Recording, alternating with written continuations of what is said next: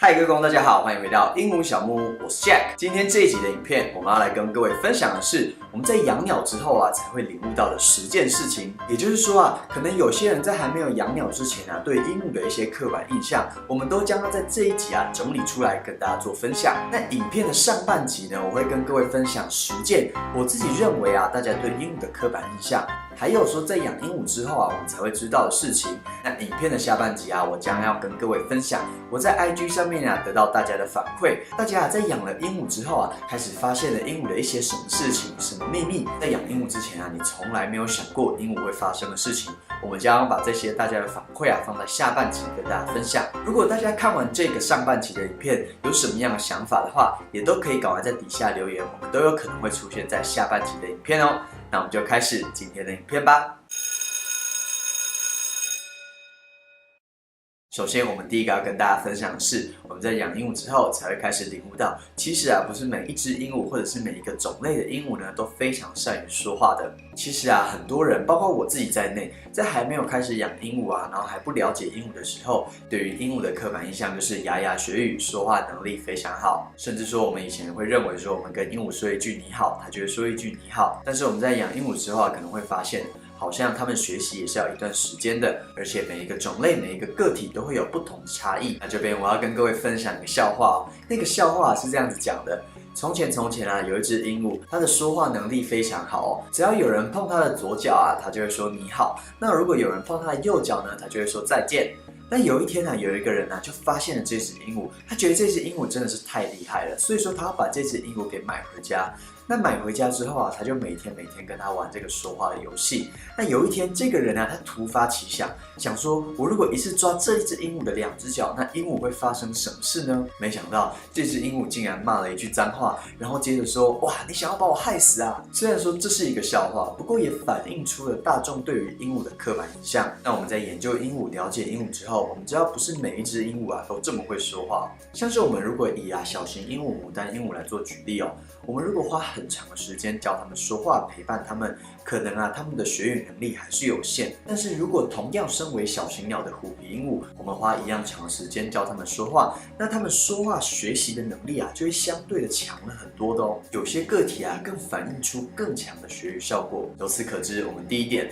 我们在养鹦鹉之后所知道的事情是，不是每一只鹦鹉真的都可以像笑话里面讲的对答如流的样子。那这是第一个我要跟各位分享的事情。那第二件事情我要跟各位分享的是，鹦鹉非常有可能会大便在身上。可能很多人在饲养鹦鹉之前，在网络上搜寻做功课的时候，会发现鹦鹉有所谓的定点大小便的训练方式。那这些训练是确实存在的，但是根据大部分的鹦鹉生理结构来说，它们的肠道都比较短，消化的速度比较快，平均每10分钟就会排一次便。因此我们在养鹦鹉之后，它们在家里的一些家具上面，甚至说我们的衣服上，都有可能会出现鸟类的粪便。如果你是一个有洁癖的人，甚至说你是一个非常害怕鹦鹉大便的人，那你就要思考清楚，你是不是真的要养一只鹦鹉。养它们就要爱它们，还有包括它们日常的照顾工作，我们一定都要事先的了解第三件我们要跟大家分享的是，鹦鹉不是只吃饲料有些人在养鹦鹉之前可能会认为我们现在养了一只鹦鹉，可能就是给它们足够的饲料、足够的水，然后给它们一个可以安身立命的地方。那基本上这只鹦鹉可能就像是活在监狱里面一样。我们更是不能只喂食它们瓜子因为这会造成它们的营养不均衡，甚至说会造成一些挑食等等的行为异常状况。除了饲料之外我们每天会提供它们新鲜的蔬果，像是最常见的蔬果，包括所谓的玉米还有所谓的空心菜的梗、地瓜叶，都是非常棒的蔬菜。那水果的部分要记得去籽的苹果，还有一些香蕉都是很不错的选择我们给他们摄取这些日常的蔬菜水果，目的就是为了让他们补充足够的营养，包括了一些饲料里面不足的营养素，还有矿物质等等，在这些蔬菜里面都可以得到。在饲料的选择上面，我们尽量选择丰富一些的饲料。那我们特别要注意的是，这个饲料它的新鲜程度，还有我们家鹦鹉的挑食状况。那如果说今天家里的鹦鹉它可能有一些不太爱吃的东西那其实它们就是跟小孩子一样，这些状况都是很正常的。当他们今天的食物非常充沛的时候，他们就有时间去挑选他们喜欢吃跟不喜欢吃的东西。那这时候我们可以怎么做呢？我会建议各位我们可以去控制他们每天应该会吃多少的量，然后每天让他们吃饱足够就好，不要过量因为过量的时候啊，他们就可以特别有时间去挑选他们所想要吃的东西。那长期下来就会造成某些的鹦鹉，它长期偏好吃某样的谷物，鹦鹉的身体日积月累下来，营养素就会不均衡，那很可能会衍生出后面生病的问题。这一点各位在养鹦鹉之前也要特别知道。第4件我们要跟各位分享的是，鹦鹉它们的情绪是非常明显的，也就是说鹦鹉它是一种非常情绪化的动物。鹦鹉跟其他哺乳类的宠物，像是猫狗比起来，它们的智商更高，而且它们的心思是更加的细腻的，那情绪的部分也更加的丰富。我们除了可以在日常生活中发现说，它们可能会用一些行为模式来表达它们的情绪。比如说他们如果想要跟我们撒娇的时候，就会用讨摸摸的方式，虽然不一定是透过语言，但是他们会透过他们的行为，让主人知道他们的想法、他们的情绪。那不开心的时候也非常的明显，我们会观察到鹦鹉有时候会想要攻击人、咬人，甚至说一些炸毛的时候，那这些行为呢，我们都可以观察出他们的情绪变化。那这样子细腻的心思，可能就会在我们饲养过程当中出现了其他的问题，像是所谓的咬毛，就是因为鹦鹉它过度的依赖人，因此造成他们行为上面的异常情况。他们高智商产生了忧郁症，也都是我们在其他的动物上面比较少观察到的现象。如果一只鹦鹉它们从小对主人过度的依赖之后，当它们看不到人就会很生气，甚至说用更强暴的方式像是咬掉自己的羽毛来吸引主人的注意。要是一只鹦鹉它开始习惯咬毛之后，那往后就需要花更多的时间，使用更多的方法来进行矫正了。第5件事情要跟大家分享的是，鹦鹉咬人很痛。鹦鹉咬人这种情况是非常常见的，其实也不容易解决哦。这种情况几乎发生在90%的鹦鹉身上。鹦鹉它们是一种攀禽，它们非常善于攀爬。它们在身体上面演化下来的结构，我们可以观察到它们的嘴喙是非常大的，占据它们头部的比例也是非常多的。对于它们的咬合力道来说也会比一般的软嘴鸟类来得更加的有力。它们在野外生存、野外探索世界的时候，也是一样，什么东西都会啄啄看、咬咬看，用它们的嘴喙去尝试。那相同的状况，如果发生在我们家的宠物鸟上面，它们一样会使用咬的方式去探索。所以说，我们要特别注意，在养鹦鹉之后我们会知道说，在给它们放风的时候，家里的一些电线还有一些电镀的东西我们要特别注意，不要让它们去误食，以免造成生命上面的危险就不好了。接下来我们回到咬人的这个问题咬人这个行为几乎是从幼鸟的时候就开始培养起的。有一种说法是说，鹦鹉当它们在咬人的时候，通常我们饲主的反应都非常大，而鹦鹉知道这样子的行为会吸引主人注意的时候，那下次它想要吸引你注意的时候就会咬你。所以说长期下来，它们就会用咬人这个行为来表达它们的情绪。跟我们前面讲到，鹦鹉是属于一种情绪化的动物，是相互呼应的。那鹦鹉的嘴喙部分它们是非常敏感的，所以在这边也要跟各位呼吁一个观念，不要因为鹦鹉咬你就用弹它们嘴喙的方式来去处罚鹦鹉。对鹦鹉来说那个冲击力是非常大的，不仅有可能会造成它们生理上的伤害，更有可能会造成它们心理上面的阴影，甚至它们很有可能会记仇，往后在跟它们相处上面就会衍生出更多的问题。第6件我们要跟各位分享的是，在养鹦鹉之后，我们可能会知道鹦鹉它们非常需要玩具，鹦鹉的玩具是属于鹦鹉的一种消耗品，更是一种必需品。那这一点呢，更是很多人在养鹦鹉之前，他们所不知道的，所可能会去忽略的。我们现在所饲养的鹦鹉，它们在野外的生存环境，还有我们人工繁殖、人工饲养的生存环境是差非常多的。它们几乎在野外的时候是花一整天的时间来觅食，来去探索世界。可想而知，在他们的生活当中是充满非常多的变化的。其实几乎每一个人都要每天的上班下班，所以说陪伴鹦鹉的时间就比较少，而给他们生存的空间如果不够大，那几乎他们就是生存在这样子的一个笼内环境里面。他们在家的时间可能会长达8个小时之久。那精力充沛的鹦鹉，他们除了一直叫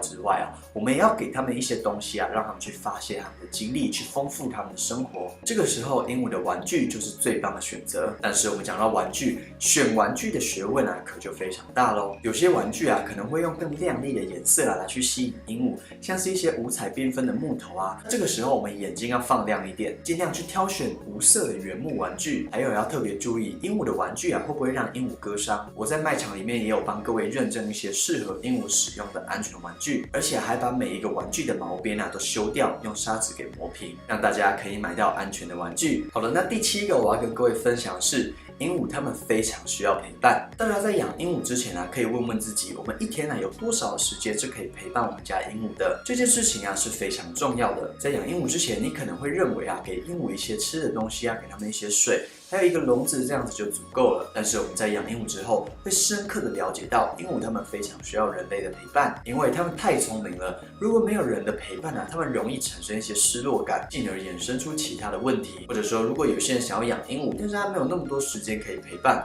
有些人就会建议说可以一次养2只，让他们互相有伴。那这时候他们对人类的依赖度就不会那么高了。但相对的，这样子的鹦鹉养起来可能就没有那么亲人。这一点我也在这边提醒大家哦。第8个要跟各位分享的是，鹦鹉它们是非常需要洗澡的。虽然鹦鹉的洗澡我们不会像猫狗一样带出去给人家送洗，通常我们是自己洗比较多。但是有一些关于鹦鹉洗澡的知识，也有一些要跟各位分享的是。首先鹦鹉的羽毛它们会分泌油脂，在给它们洗澡的时候要特别注意水温不可以太高。如果给它们洗澡的水温太高，就有可能会造成它们的羽毛上面油脂的流失，进而破坏它们的羽毛，让它们的羽毛没有所谓的保护力，会对它们产生不好的影响。再来，我们要知道，给鹦鹉洗澡之后一定要确保鹦鹉的羽毛已经干了。如果鹦鹉的羽毛没有干的话，我们可能容易会闻到一些异味，甚至让鹦鹉感冒这些都是我们不乐见的。有些鹦鹉它们看到水的时候会非常的兴奋，这时候简简单单给它们一个水盆它们就会自己跳下去洗有些不同个性的鹦鹉，它们也有可能非常非常的害怕水。我们要根据我们家里的鹦鹉不同的个性来去调整它们洗澡的方式，以免惊吓到家里的鹦鹉。第9个要跟各位分享的是，鹦鹉它们看医生的费用并不便宜哦。宠物它们没有所谓的健保，所以说它们看医生的费用也比较高。而且鹦鹉这种动物属于所谓的特殊宠物，也就是我们讲的特宠。他们看医生的地方也比较少，他们收费上来说也会比较高。以我自己的经验来跟各位分享，如果是看一般的小感冒挂号费通常落在300到800元不等。如果更严重要照到 X 光或者是要开刀一定都是上千块上万块的。鸟的兽医也不多，它们属于非主流的特殊宠物。说实在，养鸟并不是一件轻松的事。它们的开销也不会比猫狗来的少。还有我们前面讲到了饲料费，它们笼子的钱，还有它们啃咬玩具也是每个月都要花的钱。那我们这一点讲到的看医生的费用，也都是我们要考量进去的。那接下来我们进到最后一件要跟各位分享的是，鹦鹉它们也是有可能有寄生虫的问题。大家在养鹦鹉之前可能会不知道，鸟类身上也是有可能会有寄生虫的。常见的体外寄生虫，像是所谓的羽虱，都有可能会造成鹦鹉它们的羽毛不漂亮。那体内寄生虫更有可能会造成它们营养吸收上面的一些异常状况，甚至有一些呼吸道的疾病也是跟这些体内的寄生虫有关。如果各位怀疑家里的鸟宝会不会染上寄生虫，各位可以观察鹦鹉的羽毛内侧的部分有没有一些小虫子在爬，或者是说看它们的羽毛有没有被啃咬过的痕迹，这些都是我们可以初步去判断有没有体外寄生虫的状况。那如果真的有，各位也不要紧张，这些都是有解决的方法的。把鹦鹉带去兽医院之后他们都会有专用的驱虫药来给鹦鹉做使用，而且也会告诉你正确的使用方式以及使用的量。这些以上的问题也是都有方法可以解决的哦。以上这10点要跟各位分享的是，对于还没有养过鸟的人来说是给各位打一个预防针，让各位知道在养了鹦鹉之后可能会发生什么样的事情。那对于现在荧幕前面有养过鸟的观众，应该都非常的有共鸣吧？那这支影片也诚挚的欢迎各位在底下留言，养鹦鹉之后才知道的事。下一集的影片，我将会在这一集影片底下的留言区，以及我刚刚讲到 IG 上面募集到的一些资讯，来跟各位整理跟大家分享。我们现在鹦鹉小木屋超过26000个粉丝里面，大家所提供的一些资讯。如果你也很想要参与下一支影片的话，也要赶快在底下留言哦。那今天的影片就差不多到这边了。喜欢我的影片的话，也不要忘记帮我按赞并且分享。如果想要添购鹦鹉的玩具或者是一些鹦鹉的饲料的话，我们都可以到鹦鹉小木屋的认证卖场看看。最近也都有免运的活动，大家也都可以参考一下哦。我是 Jack， 我们下次见哦，拜拜。